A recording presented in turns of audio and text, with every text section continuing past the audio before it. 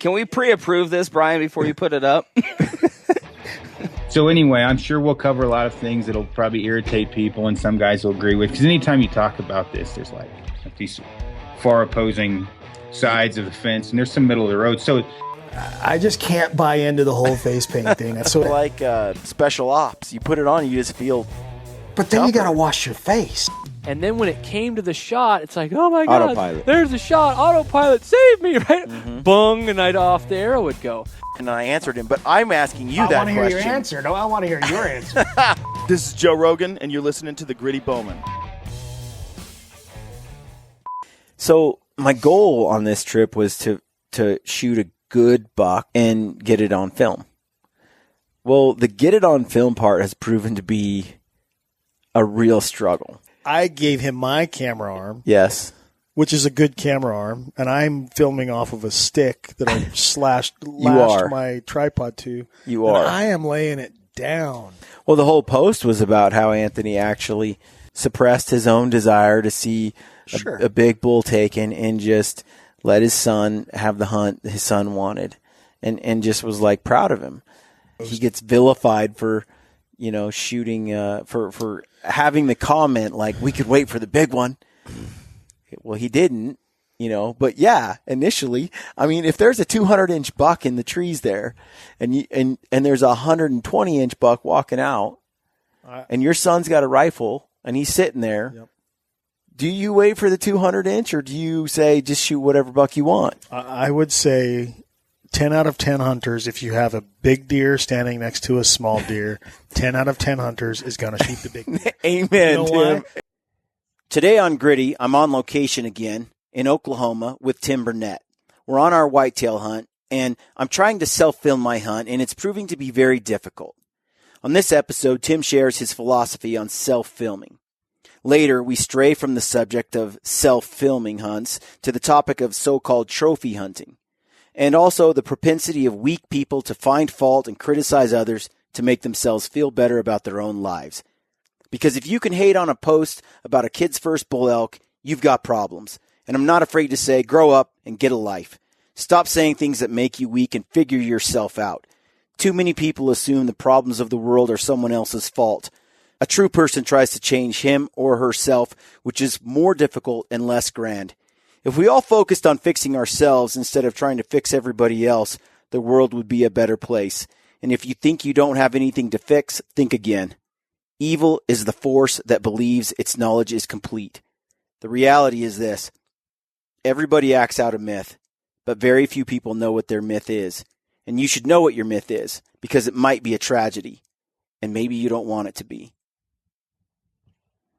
All right, folks, welcome back to the Gritty Bowman podcast. We're in Oklahoma. Still. 2 days later. Yep, from the last podcast, and I just had some ups and downs. Socks. You got like monkey feet. Yeah, hobbit feet. They are. They're what not size? as bad as Boyd's. What size you should see foot Boyd's. Are you? It's like a size 9.5, 10. Is it? Yeah. Dude, your boots look like little kid boots. You can't be 9.5. I am a small man. I don't have really big feet. Huh? They're wide. Come on. They look like a hobbit foot. They got some toenail claws. They're hairy. You should see Boyd's. His are. Yeah? Yeah, I'd be embarrassed to have his feet. I'd wear socks to bed if I had his feet. Well, we're in Oklahoma in the northern part, right? Northwest Oklahoma. Northwest Oklahoma. And I'm finding sand spurs all over the apartment here because Tim wears his clothes inside and drops them everywhere. And so if you've never heard of a sand spur, and he tries to blame it on me, but it's just not the case. I'm very experienced with Northwest Oklahoma. I leave my boots outside. So tell me what a sand spur is. Here. I don't know what they are. They're like the devil. They're like God needed something for humor, and he's like, let's make some sand spurs. They're like mosquitoes. Like I would say, like the size of. They range from like the size of a nerd, like a candy nerd. No, raisin's too big. Some of those sand spurs are pretty big. Most of them are tiny though. They're like little spiky balls. They're not very Spiky balls. Yeah. And they are freaking sharp, and they get in everything. Our thing is you can't really pick them out very well because they're so pokey that it just It's like a hurts. mini You little can't- round cactus that's. If you had a handful of those, I think- you threw them at somebody. Oh my gosh! So I was dragging my deer out last year. I think I told you I was wearing a wool sweater and my wool pants, and I stumbled backwards and went flat into the grass, and I was covered, my whole back up in, and I didn't really realize how bad my back was until I slung my pack. And then it was like, ouch, that hurts, That sweater just got wadded up and thrown away. The pants, I saved the pants. I've talked to a few people around here, and they've all kind of said the same thing, that they toss their clothing if they get too... Stacy, 2 years ago, he had that full set of the Kelvin or whatever it is. The Fanatic. But the what are Whitetail your gear. bibs? What are the bibs? The woolly stuff. Yeah, they're like the Fanatic, the regular Fanatic bibs. Yeah. Used those one season, threw it away because it was just... They were just riddled with sand spurs. Really? Threw that away. That's not a cheap set. Oh, no way, dude. I think I'd spend the next 3 days picking them out. Oh my gosh. But yeah, I've managed to keep them off, but you got rubber boots up to your knees. I told you it's well worth looking like an Okie. Put your pants inside your boots. It's well worth it. I fought it for years. It's like I don't want to look stupid. I don't want to look like the typical whitetail hunter with the rubber boots and the accent walking down. I wanted to look cool. You're pretty good at that accent. I know, right? You lived here in I Oklahoma. can have a second career of Didn't you? voices. I did. I lived in Edmond, Oklahoma for 1 year. For 1 year. We had dinner with Brian Broderick night before last. He's right here, just close to us. We met him about half hour, 25 minutes from our location, and he shot a nice buck with his trad bow. The rut has been it's been hot. So the rut has not been hot. No, I mean the weather's been hot. The temperature's been hot. I had a couple of days that were just off the hook. Deer running everywhere, bucks grunting, deer all day long under my stand. And then I had 2 days like that, and today's Friday, so I'm running about 33% It's pretty good. rut activity days, and then there's days where nothing. This is by far the worst year that I've ever had out here. Oh, I'm It's so glad I ironic could that- be here this year.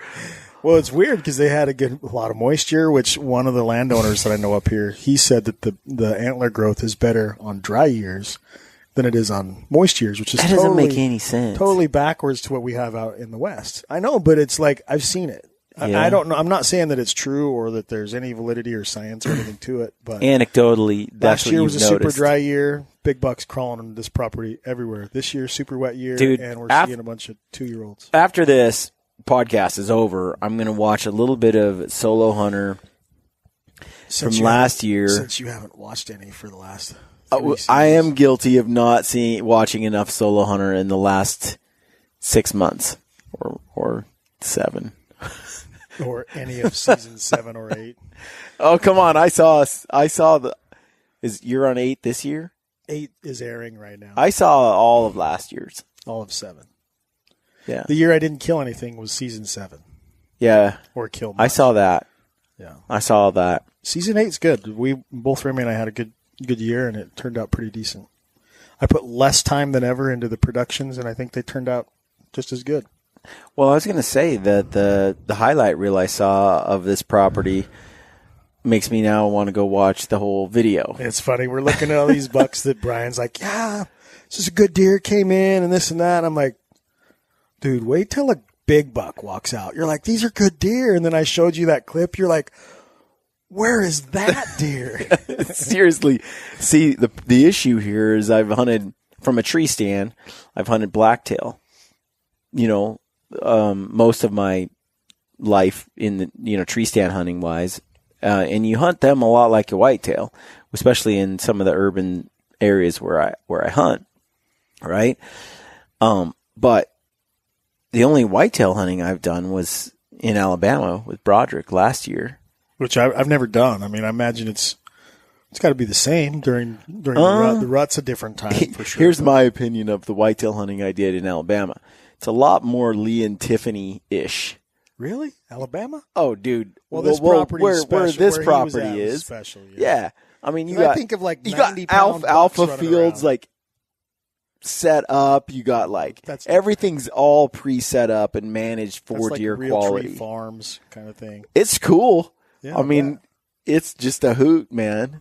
The weather was a lot like this, just hot.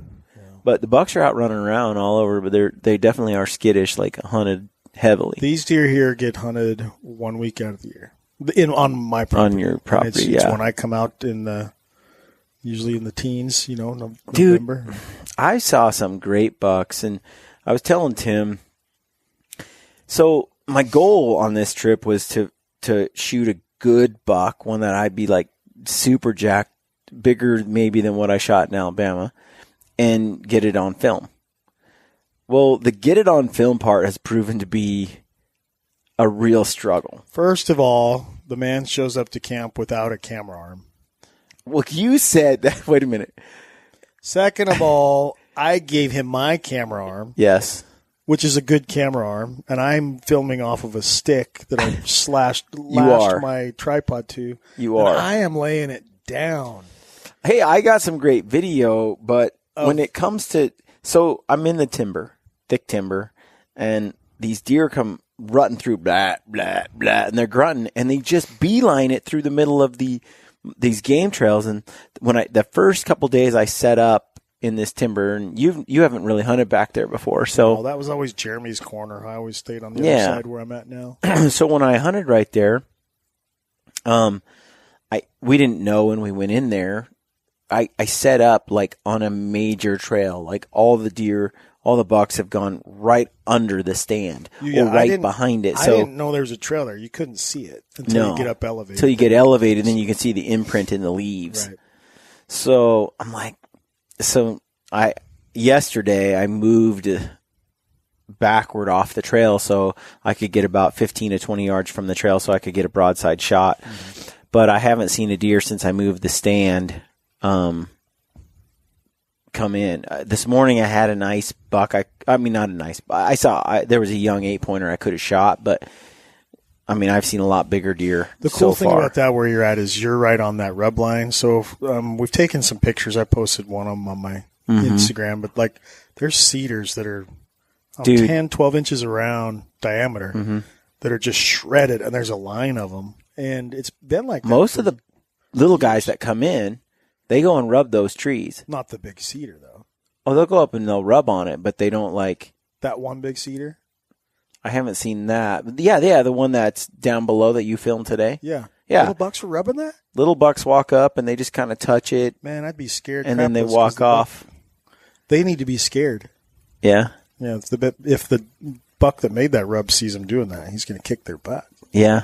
Right? Yeah. No, I mean, I see them rubbing they've gone up and they're rutting. So, I mean, cool. They're probably foolish young boys that are just tempting fate. But I don't know. It's been a really neat hunt. Whitetail hunting is just fun. It's just fun. The species is, I mean, my limited experience, there's probably, I mean, I haven't done a ton of it, but Western hunting, moving on to whitetail hunting, it's like the number of deer I see. They're just like every day I see different bucks, And back home in Oregon, when I was hunting blacktails, I might have 3 or 4 bucks in the area, and I know them all, like all 3 or 4 on this acreage, and now during the rut, you'll get just some random buck that'll come through on occasion. But for the most part, you just don't see the volume of deer like you do when you're whitetail hunting. Yeah, and our numbers are kind of low right now with there was kind of a little bit of a die-off a couple years ago, 3 years ago or so. But we're seeing a lot of deer this year, more than I saw last year, but I saw more bucks last year, more mature bucks. Man. So, but the weather's going to pop tomorrow. I think you need to be ready tomorrow. Because I'm hoping It's going to happen fast. Well- like you're going to be like, there he is, and then you're going to turn to the camera and you're going to turn back and look, and he's going to be 100 yards from where he was. Well, Tim and I talked about this. Like, part of the excitement here for me is to get it on film. Like, just shooting a deer, I could do, and you welcome me to it. You're like, just come out, have fun, shoot a deer. But I really want to film it solo, and I film my blacktail hunt solo, and it's fun to lay down film. And then we talked about it yesterday. It's not that much fun to, like, while you're trying to hunt and film at the same time. It's so frustrating. But when it all comes together and you have that film and you can look back on it, it's just cool to have the film. Yeah. Well, it's like I was telling you. You were telling, like, because I was like, well, just walk me through your process. You know, how did you do this? Why did you struggle with it? Because I'm like, should have been pretty easy. The buck laid down under you, you know? Yep. But I was like, walk me through your process. You know, how did you do this? And it kind of like, I really didn't think about this a lot beforehand, because it just kind of comes natural for me because I've been doing it for so long. But like, you were trying to hunt and film at the same time. Like, you were trying to put the two together, which, you know, your people are out there listening like, well, duh, isn't that what you're doing? Well, it is kind of. Like, what I do is, you know, I'm either a cameraman or I'm a hunter. So if a buck comes in and I look and I'm like, okay, shooter buck, I'm a cameraman. And I'm filming because I've already kind of predetermined where my shooting lanes are. Because when you're bow hunting, you know where your shooting lanes are. And you're just hoping that that buck gets to one of those positions. So as he's coming and working towards one side or another, that's what when you're thinking in your head, when he gets to that spot there, I need to become a hunter at this point. Yeah. So I track the camera just as though I'd be filming over your shoulder. I track the deer, get it, right to that point, and then that's when the hand comes off the camera and I reach for the bow if possible. And sometimes I already have the bow in my hand, but my focus has all been on that camera. And then when he hits that point, then it's a matter of, you kind of run this through your head ahead of time. You're like, can I track him clear and then stop him and then lock on and shoot? Yep. Or do I need to hurry and twist the camera to that window and get it there before he gets there so that he's going to walk into it, which is generally what I do. Like that's the easiest way to do it, is kind of predetermine it. Right. When I watch Solo Hunter, I can see that. You know? You see the camera go and then it stops. And then wait, and I know you're like getting your gun ready, your bow ready, whatever, as it walks in. And then I also see you, like, it walks out and then you adjust the camera again. Yeah. That's the beauty of the second camera angle, if you got it, if you have time to do that. But then you clip on and you become a hunter. So you're like cameraman first and then the hunter. Yeah, I didn't do that. Like, I'm trying to film it. So the idea, well, I told you this last night, the idea of having the camera on and filming the deer, okay? And I can shoot the deer while I'm filming it. Like, I can tell, like, there's a shot now. And so I'm getting the camera ready, but getting my hands on my bow now is... You only need one hand to get on your bow. Tricky. You don't need them both, do you? Well... You got two eyes for a reason. One eye on the camera, one eye on the bow. You know, it's a janky setup up there with the camera arm. But my struggle the other day was the shooter bucks. There was it came twice, right? And the darn deer walked straight head on to me. So I'm like, okay, I got the camera ready, but if I draw my bow, I'm aiming at his face, right? You know? And so then I'm like, okay, then he walks under me, and then he either goes left, right, forward, straight. I don't know where. And I only got like 12 yards before he walks out of a shooting lane. So I had to move the tree stand because trying to film directly down or trying to guess which way he goes, then get the bow up and then shoot, it all is too fast. It's a tight space. Sometimes you gotta, I've had times where it's like you have to just kind of like, try to get them to stop just for that one little second. And that's enough to buy you just enough time to pivot in the stand a little bit and get everything you need it. And then he might start walking again and he might stand there for 10 minutes. Yeah. You just don't know. And then last night I should have read the body language. Okay, so I had a number of bucks just bolt through there, grunting, chasing does back, and and to this point where it's like there's no shot because they're moving too fast, and I could grunt, but I'm trying to film.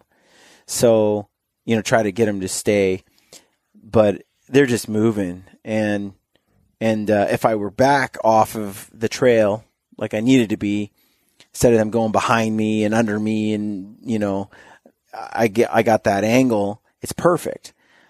Well, when I moved, I have that angle, but the darn deer didn't walk that trail. It's like, you should have sat next to Broderick last night at dinner. He's got the lucky horseshoe. It rubbed I'm cursed. The buck. Man. So I told Tim last night. Buck comes up the trail, and I got the camera set up. I'm about to go to full draw. I'm gonna nail this, smash this pretty buck. And the sucker turns while there's a bunch of trees blocking any kind of shot, and then he walks and stands under my tree. Behind my tree. And so I'm looking through this crook of the tree, and I can see the buck standing there, and he's just staring at this doe that he's checking out. And then he plops on the ground and beds right there. Now the sun's going down, and I'm like, get up, move. There's not much I can do about it. Why does he have to get up? Just shoot him right there. There's no shot there. Oh, no shot. You're on the backside of the, I'm on the backside of the tree. I could shoot through the Y. That's where you screwed up. You should have been on the front side of the tree. Right?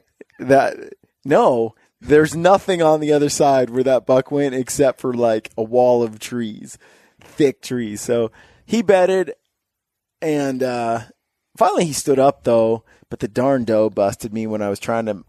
So this is my mistake in hindsight, right?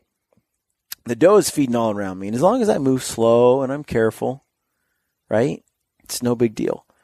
Well, the doe is feeding around, and she's now he stands up because there's a buck grunting in the trees where I can't see, and it's blah blah blah, and he stands up, gets all like antsy, and he starts grunting at the doe and pushes her a little bit, and I'm like, oh no, they're leaving. He's pushing her out because there's another buck over here.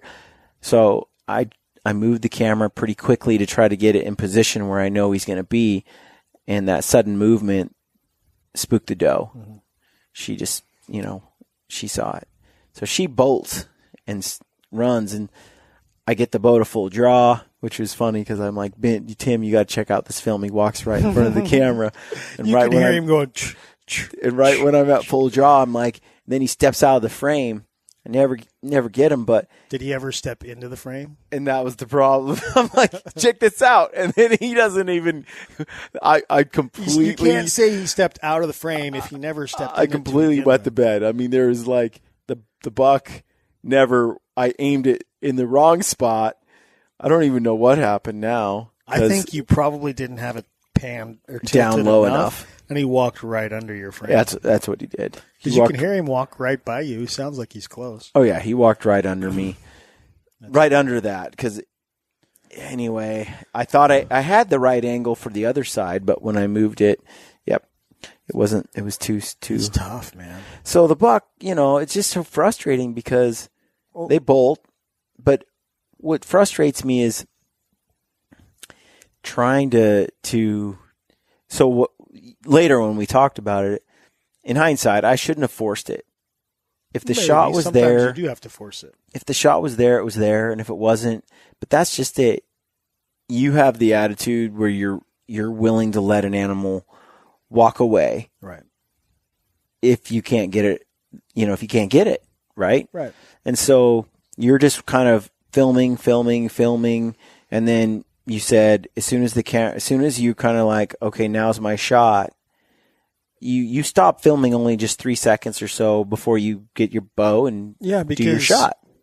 And some not it doesn't work perfect every time, right? But if they're not spooked and they're just kind of tooling around or whatever, a lot of times they'll just stop on their own, or you can just or intentionally pop your boot, do something, because then they'll stop. And the bucks are rutting, so they're stupid as all get out anyway. The doe is what you got to worry about. But all you need to do is buy yourself just that split second to move the camera and get it there.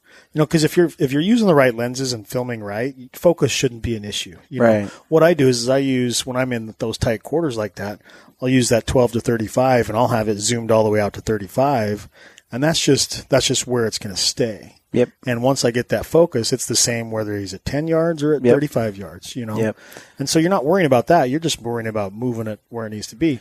Now, when I try to get, creative and put on my 18 to 250 lens so that I can get all kinds of stuff, then it's a whole different story when you're zooming I have out my bottom end's 25 millimeters, which should be just fine.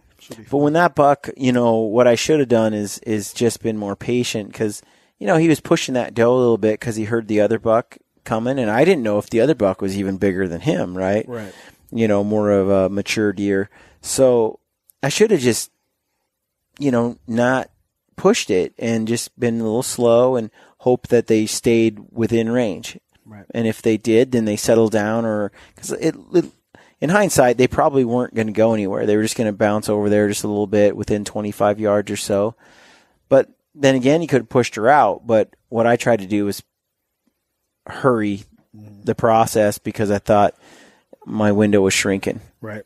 And that happens all the time. I mean, it's like I'm a big believer that when you've got an opportunity to kill a deer that you want to kill, you take it. You don't be like, well, maybe he'll walk into that shooting window because that's a better shooting window. I agree with you. They can walk wherever they I agree with you. At the same time, I also wonder, though, about, forcing it because risking this getting blown out. Yeah. Because because I knew when I was moving that camera and he was walking by, I was like, I just moved the camera there. And I didn't know where the doe was looking, right? I didn't know what way she was facing. She was kind of behind some trees over there. As soon as I moved that camera to the right spot in a semi-quick motion, she's gone. That's what I'm saying. Why not put the camera on the deer? And then when the deer walks, you move. You're following the deer. You're following the deer. You're following the deer. Oh, he stopped. There's my opportunity. Reach for the bow, clip on. And again, I'm making it sound easy. Right. It's not. I couldn't get the because of where you're situated, having to reach around that limb. And there was I actually tried to get him in the frame, but there was a big tree block in the way. And that's the other point that I brought up yesterday when we were talking about this was you got to know when not to film at the same time because if there's a chance and some deer are coming in and I look at them like, oh, it's a doe with a couple of yearlings or whatever. Right. Sometimes I'm like, don't even reach for the camera. You've been filming these things for 3 days. Just let it be. And that's when you just fold your arms and you just sit and watch the deer cruise around until they might get into a position you're like, oh, they're really comfortable. Like tonight. I mean, tonight the deer just got really comfortable. So I turned on my camera, filmed it. I picked up my phone, FaceTimed my wife. Yeah. And the kids got on there, and then I just FaceTimed the deer. Yeah. The kids watched my deer hunt for probably 15 minutes tonight. They're seeing my boots. Like when I would show them my boots, and then I'd just go out just a little bit, and the deer's standing there at 5 yards. They're like, the kids are running around the house. Look at that. Like that was fun, but I knew that situation was like that. Now, but I knew I wasn't going to do anything to those deer either. Well, and I've noticed like where I chose to hunt. So it's it's like an oak tree patch right there. And there's, it's all leaves. When I hunted blacktail in Oregon, there's like 2-3 game trails that intersect. I know exactly these deer walk those trails. They don't just four-wheel it other places. But Oregon's thick. So there's beat down pathways that they tend to take. Here, there's nothing in that undergrowth there. It's just leaves and wide open with this tall canopy of oaks. And so what I'm finding is that those darn deer they just crisscross all over, behind you, under you, in front of you. That you don't know. You don't have a predictable trail they're going to hit every time. Yeah, sometimes it's easier when you've only got 1 or 2 shooting lanes. Exactly. Then you're just like, that's where they go, and so you just have the camera ready. This other spot where I sat tonight, where I'm going to hunt tomorrow. That's where I killed my buck. Yeah, last year. That stand location seems to have it's a lot easier to film. Like I filmed some deer that came out today, and there's a big wide open patch to film. There's no trees. It's not a tight. The downside to it though is you're a turd in a fishbowl. I mean, you are out there. You're exposed. You are. Like, I could move quite a bit in this tree I'm in the timber, and they don't see me. That's why I was like, man, this tree out front, you've got to watch yourself out there because you're exposed. I got busted tonight. Yeah, so darn. I saw a cool buck tonight, which he tried to rattle away from me. I tried to steal it from Tim, but it didn't work. All of a sudden, I heard the rattle bag go off. I'm like, what the crap was that? I didn't give it all my gusto though. No, you hit just that tapped for like it a few 3 times. seconds. Yeah. Did he even look? He didn't even look. See, his butt was to me. It didn't even look, and I was like, You know what's funny? He was pretty far away. You know where he was standing? So if you watch that episode, my whitetail episode, that buck that I missed came out from where my stand is, stood right under that tree. I hit the grunt tube, nothing. He kept walking, and then I hit the rattle bag. That sucker came from that very tree where you really. He came right across. I had my camera on high speed, so I'm filming, in slow motion, 100 frames a second. Trots in, the lighting is perfect. You can see the steam just barreling out of his nose. Comes into like 20-something yards, 25 yards, and stops, and I'm just like, on the arrow, you just see it in slow motion, just go right over his back, and he runs off. But yeah, right from that very same tree. So you could have made it happen with that very same rattle bag. Not only did he borrow my camera, but I gave you my rattle bag. Hey, it ain't over yet. We got 2 more days. I'm gonna kill a buck. Yeah, tomorrow's going to be good. I got a feeling tomorrow's going to be good. It would have been easy to shoot a few bucks by now, just not the bucks I want to shoot because I'm the picky bowman. Ooh, somebody texted or messaged me. The picky bowman. Who was that? Yeah, I don't know who he was. Yeah, it's okay. I'm sorry if I. I'm the selective bowman. Who you are. I want to shoot an older, mature animal. Well, somebody in those questions asked me about game management or property management or whatever. Like, I didn't put any stipulations on you. If you want to shoot a spike, shoot a spike. Yep. I would rather you shoot a doe than a young buck, but I'm like, you can shoot whatever you want. You know? Just remember, whatever you shoot, it's work. Oh, yeah. And after seeing a few, nicer bucks, I'm like, when I see these other bucks come by, I just don't want to shoot one of those. And you just don't know what they'll grow up into. From the ground blind, I had some nice bucks come in and almost shot one of those on the first day. But Tim assured me and showed me some photos of some big whitetails. So I was like, I'm notorious for not wanting to punch my tag. Like, I like hunting, so I don't want it to end. Well, this is one of those hunts that I just tell myself, I'm like, I am, well, and most of my hunts this year, all of my hunts, a lot of times I'm just like, I'm totally cool with going home empty-handed. Yeah. I've got this in mind. I want to hunt all week, I want to spend my time here. I want to find the caliber of animal that I know is here. Whether or not he crosses my path doesn't really matter. I mean, you do everything you can to make it happen, but like, you have to be cool with going home empty. You know? And sometimes you do. I got a I'm okay with going home empty, and I think some people struggle with that. Yeah. They want to tag out, and it's fine. I'm there sometimes, Me too. A lot of times. But Jeremy, we had dinner with Jeremy, and Jeremy's like, I can't believe you're not killing a bunch of stuff. I'm like, I know. There's a time when I would have laid everything down, man. I mean, I would have stacked them. Yeah. But when you're managing a piece of property, because you live here and you're actively doing stuff, and if you did, you could manage it, but it's so hard. You can't manage it. This one. Well, no, not here. It's a unique piece of property. It's just you got the neighbors, so but it's just tough. Let's talk about that horn thing, because I got a comment on Facebook today. Somebody wrote in, and they said they were annoyed with my buddy Anthony's decision to, like, he sits down in that little clip and is on his son's elk hunt, and he's sitting there, and his son's getting ready to shoot this 4-point bull that's walking out, and he's like, hey, he's like, this bull's coming, and his son is set up where he's laying across Anthony's lap.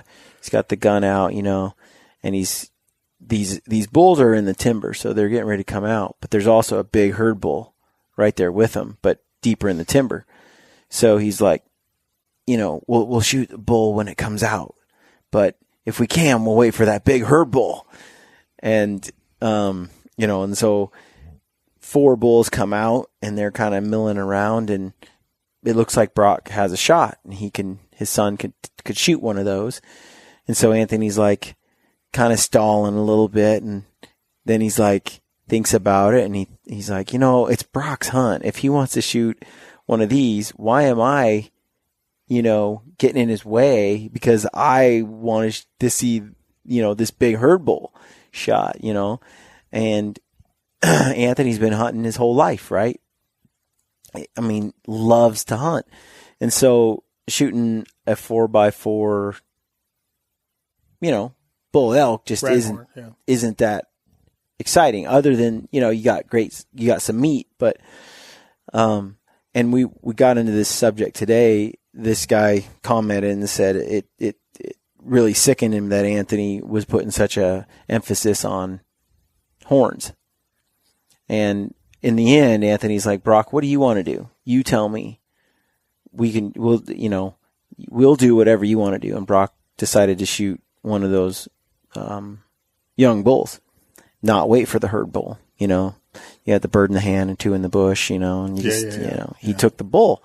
And then he got a great first elk. It was his first elk ever, and we packed that sucker out, and they got hundreds of pounds of meat. But there's this attitude out there, I thought it was kind of like reverse discrimination. It's like you got guys that are like, why are you shooting that young animal? It bothers me that you're not shooting, a higher age class animal, more of a quote unquote trophy animal. And then you got the guys that are like, I'm so disgusted by the emphasis on horns and why people make such a big deal about it.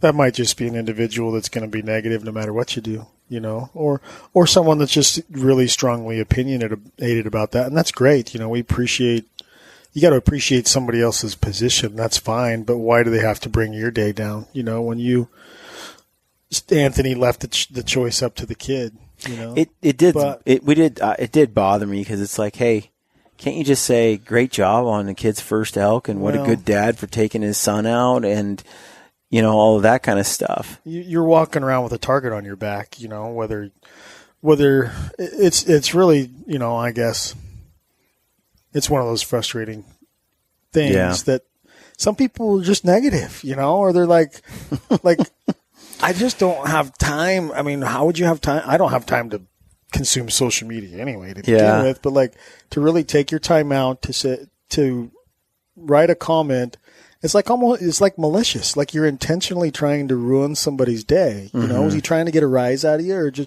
or was he really and truly voicing his opinion in a, Well, the whole post was about how Anthony actually kind of, suppressed his own desire to see a big bull taken, and just let his son have the hunt his son wanted, and just was like proud of him. That's the whole post. Right. And yet, I'm guilty. I didn't even read your post. He gets vilified for, shooting, for having the comment like, we could wait for the big one. Well, he didn't.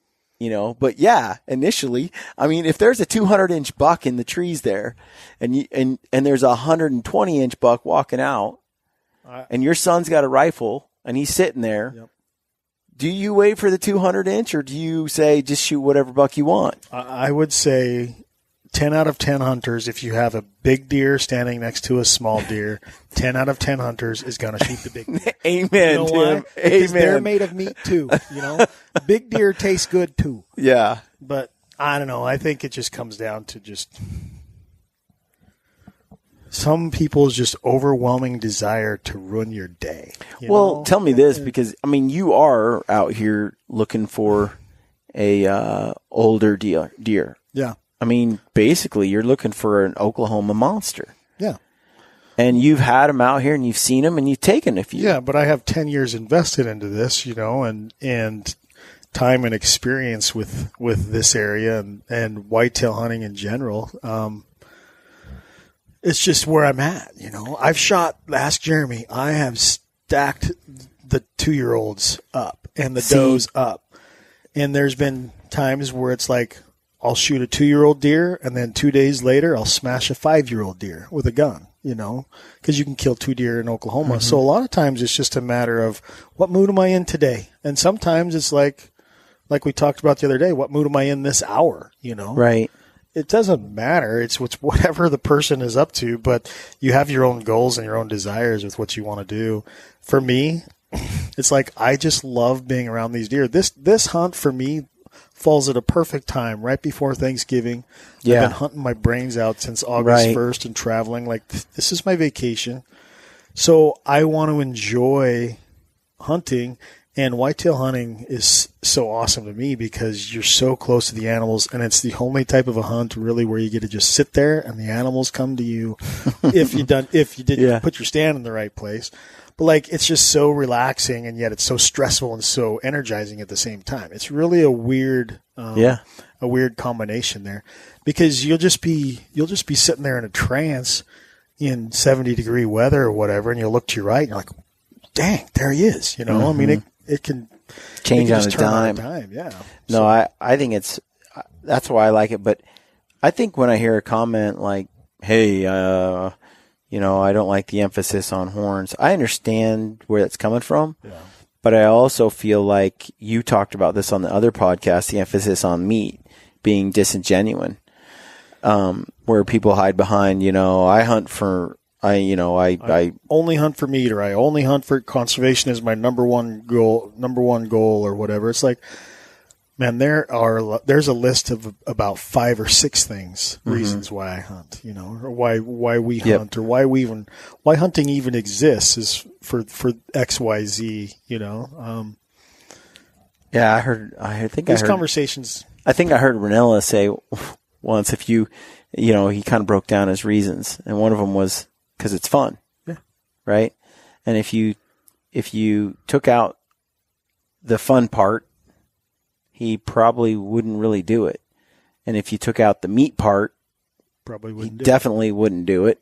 Just if you kind of, it's the package together, right? But it gets to a point where, to me, it's an evolution where you go from, for me, I've killed 1 whitetail, right? Tomorrow we're going to open that wide open. I'm like looking at every deer that comes by. I want to shoot. I'm like, that's a cool deer. You should shoot it. Whitetail are they're just cool.